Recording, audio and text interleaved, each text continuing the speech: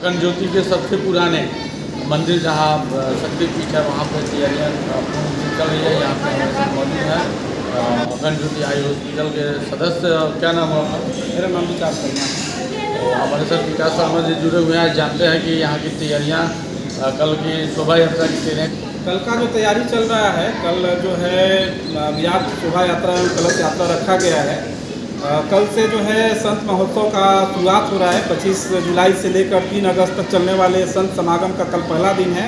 कल विराट शोभा एवं कलश यात्रा इस गायत्री शक्तिपीठ के प्रांगण से प्रारंभ होगी और यहाँ से मस्तीचक से मोहम्मदपुर सैदपुर होते हुए परसा मुख्य बाजार के मुख्य सड़क मार्ग से होते हुए हम लोग जो अखंड ज्योति का जो नया अस्पताल का जो परिसर बना है और जहाँ नवग्रह सूर्य गायत्री मंदिर बना है उस परिसर से होते हुए हम लोग भागवत पंडाल जहाँ पे बना है उस भागवत पंडाल में हम लोग कलश यात्रा का समापन करेंगे, जिसके लिए बढ़ चढ़ के जो है पूरा तैयारी चल रही है। कल जो है समन्वय समिति की जो है कल शाम को जो है गोष्ठी हुई, जिसमें सारी प्रमुख जो जिम्मेदारियां होती है कलश यात्रा को या किसी भी कार्यक्रम को सफल बनाने में जो मुख्य चीज़ें जिम्मेदारियां होती हैं उन सभी पर कल गहन रूप से कल चर्चा और विचार विमर्श हुई। पूरे स्थानीय सभी क्षेत्र के सभी जो कार्यकर्ता हैं, अखंड ज्योति आई हॉस्पिटल के कार्यकर्ता जो क्षेत्र से हैं और जो गायत्री शक्तिपीठ से जुड़े हुए लोग हैं, सब लोग कल आए। सामूहिक रूप से यहाँ सबके साथ जो है चर्चाएँ हुई और इस आयोजन को सफल बनाने के लिए जो है हर बिंदु पे जो है कल चर्चा किया गया और एक कार्यक्रम जो है जो प्रारंभ किया गया है शिष्य शिरोमणि संत महोत्सव का, उसको जो है हम सब लोग सफल बनाने में सब लोग जो है अपनी अपनी भूमिका जो हम सब लोग अदा करेंगे। बताना चाहेंगे संत महोत्सव के बारे में कि संत महोत्सव कब से शुरू हुई। यही हम पूछना चाह रहे थे। ठीक है, शिष्य शिरोमणि संत महोत्सव जैसा आप सब लोग जानते हैं कि जो ये गायत्री शक्तिपीठ है और अखंड ज्योति आई हॉस्पिटल है, ये पंडित श्री राम शर्मा आचार्य जी की प्रेरणा से स्थापित हुई है। और जो यहाँ के स्थानीय संत थे पंडित रमेश चंद्र शुक्ला बाबा जी, जिनको हम सब लोग टुनटुन बाबा के नाम से जानते हैं, जो गायत्री के इस क्षेत्र के बहुत ही जो है प्रगट साधक थे और गायत्री के महान साधक के साथ साथ पंडित श्री राम शर्मा आचार्य जी के परम शिष्य थे, जिन्होंने इस शक्तिपीठ की स्थापना की और अखंड ज्योति आई हॉस्पिटल की नींव जिन्होंने रखा। उनके महाप्रयाण दिवस को 2 अगस्त वर्ष 2021 को उन्होंने अपने स्थूल शरीर को त्याग करके अपने स्थूल शरीर को परम पूज्य गुरुदेव पंडित श्री राम शर्मा जी की चेतना में विलीन कर दिया और इस पूरे मस्तीचक धाम के जो है विकास में जो है अपनी जो है सूक्ष्म शक्ति को लगा रहे हैं। उन्हीं की प्रेरणा से सारी कुछ जो है आज मस्तीचक धाम इतना विश्व स्तर का धाम बन गया है। अखंड ज्योति आई हॉस्पिटल आज पूरे वर्ल्ड फेमस हो गया है। इन सब के पीछे उनकी आशीर्वाद, उनका प्रेरणा है। उनके ही महाप्रयाण दिवस को हम सब लोग संत महोत्सव के रूप में मनाते हैं। पंडित रमेश चंद्र शुक्ला बाबा जी जो हम सबके आराध्य हैं, हम सबके गुरु हैं, वो एक स्थानीय संत थे। स्थानीय संत के कारण जो है उनको भारत के सभी संप्रदाय के संतों से बहुत अधिक लगाव था। इसलिए हम लोग ये संत समागम करते हैं कि उनके महाप्रयाण के अवसर पे पूरे भारत से संत लोग यहाँ इकट्ठे हों और 9 दिन यहाँ रहें, 9 दिन अनुष्ठान करें और 9 दिन अपनी जो है अनुष्ठान को पूरा करेंगे तो उनको तो जो अनुदान और आशीर्वाद मिलेगा। इस स्थान को भी तब मिलेगी, शक्ति मिलेगी, आध्यात्मिक शक्ति मिलेगी, जो इस पूरे क्षेत्र में आध्यात्मिक विकास के लिए जो है सहायक सिद्ध होगा।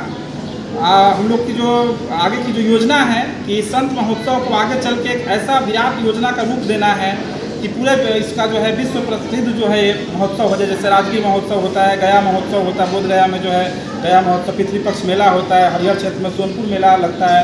वैसे ही आने वाले समय में ये जो संत समागम है पूरे भारत में, पूरे विश्व में जो है इसका नाम हो जाए और भारत के कोने कोने से साधु संत महात्मा यहाँ आए और 9 दिन का अनुष्ठान करें। इस वर्ष जो मुख्य कार्यक्रम होना है आपको बताएंगे। 2021 से जो शुरुआत हुई है, 2022 से शुरुआत हुई है और ये तीसरा वर्ष है। तीसरी वर्षगांठ उनकी जो है महाप्रयाण दिवस बन रहा है।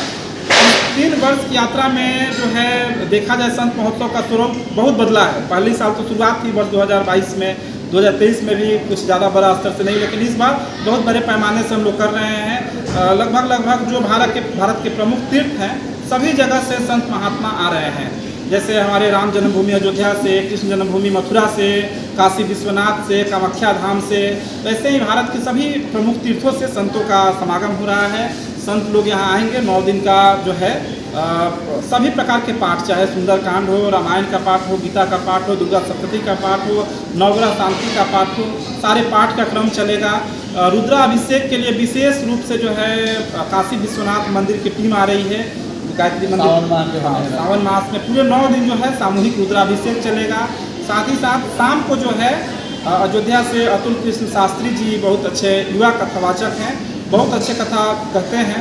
उनकी कथा जो है भागवत कथा प्रतिदिन शाम को 5 बजे से रात के 9 बजे तक चलेगा, जिसमें सभी क्षेत्र के सभी लोगों से निवेदन होगा कि आप सब लोग इस भागवत कथा में आकर जो है इस भागवत कथा को सुने और अपने जीवन में पुण्य को धारण करें। ये होते हैं कि जितने भी कार्यक्रम का आयोजन किया गया है तो उसके लिए सब स्थल एक ही जगह के अलग अलग स्थल ये बता रहे हैं। पाठ का जितना भी क्रम है, जितने पाठ चलेंगे, जो पाठ और अनुष्ठान का जो जप का जो क्रम चलेगा वो गायत्री शक्तिपीठ के प्रांगण में चलेगा, वहाँ पे चलेगा पुराने मंदिर में। क्योंकि ये जो स्थान है ये कोई देखने में भले आपको छोटा सा स्थान लगता है, लेकिन यहाँ की जो तप शक्ति है 300 वर्ष पुरानी ये तप शक्ति है। यही तो विकास। हाँ, यही अखंड ज्योति हॉस्पिटल भी जो आज आप देख रहे हैं कि इतनी बड़ी अखंड ज्योति हॉस्पिटल इतने छोटे से गांव में इतना विश्व प्रसिद्ध जो है ये बन के तैयार है, उसकी भी शुरुआत इसी मंदिर से ही हुई थी। इसी मंदिर पे शुक्ला बाबा ने ही यहाँ से शुरू किया था।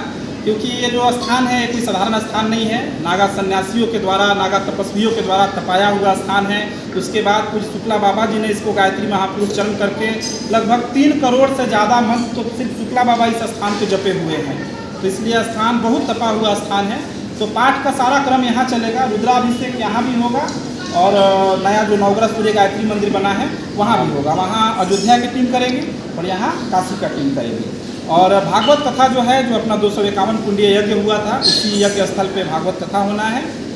आप सभी से निवेदन है कि आप सब लोग जितने भी आध्यात्मिक के सब कार्यक्रम हो रहे हैं, आप सब लोग एक स्थान पे आके इन सभी चीज़ों का दर्शन कर सकते हैं, इसका पुण्य लाभ उठा सकते हैं।